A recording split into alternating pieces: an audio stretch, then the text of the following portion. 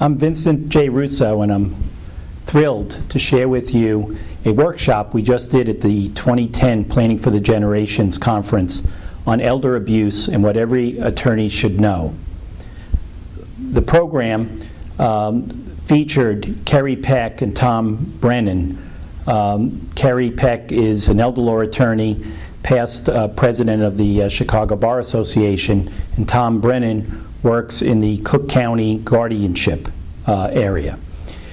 And the program focused in on how attorneys should deal with the issue of elder abuse.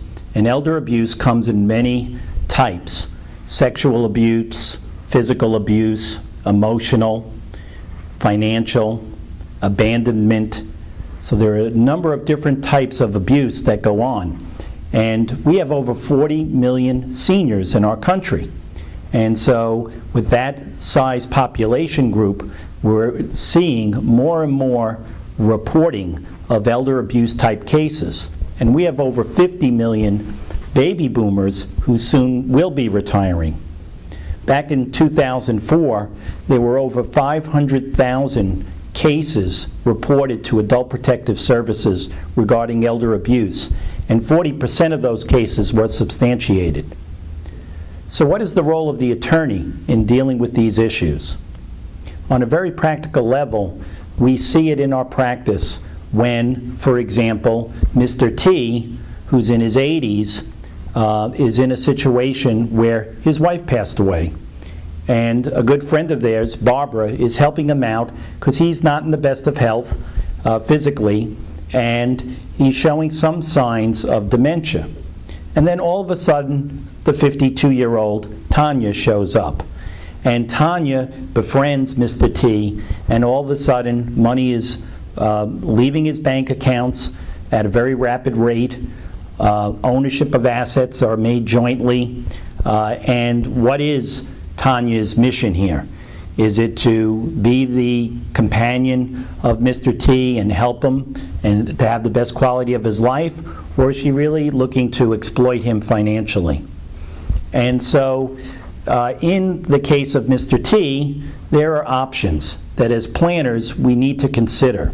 Should a guardianship proceeding be brought by Barbara on behalf of Mr. T to protect him? If Mr. T has capacity, should he execute a trust and have a professional come in to manage his financial affairs? These are complex issues. It's very important that the attorney up front identify who is the client. So that will avoid perhaps later complications as the case scenario unwinds itself or progresses on a case-by-case basis. So for the attorney, it's important right up front that they identify who they're representing. This comes up often in family situations where mom comes with her daughter to change her will and leave all of her assets to the daughter who's at the meeting, to the exclusion of her brother who lives out of town. Is that what mom really intends, or is she being influenced in an unduly manner? Perhaps the daughter is a caregiver, and mom's afraid that if she doesn't cooperate with what the daughter would want, then she may not get the care and love that she's looking for from her daughter. So in those situations, it's important to identify who is the client. If it's mom, it's important at that first meeting to make sure you're clear about your representation and to ask for a private session. Have the daughter leave the room. Really sit down and listen to mom as to what her desires are and what her concerns are. And then if there is abuse going on, attorneys need to make a judgment. Perhaps they should seek court intervention or suggest that Adult Protective Services get involved.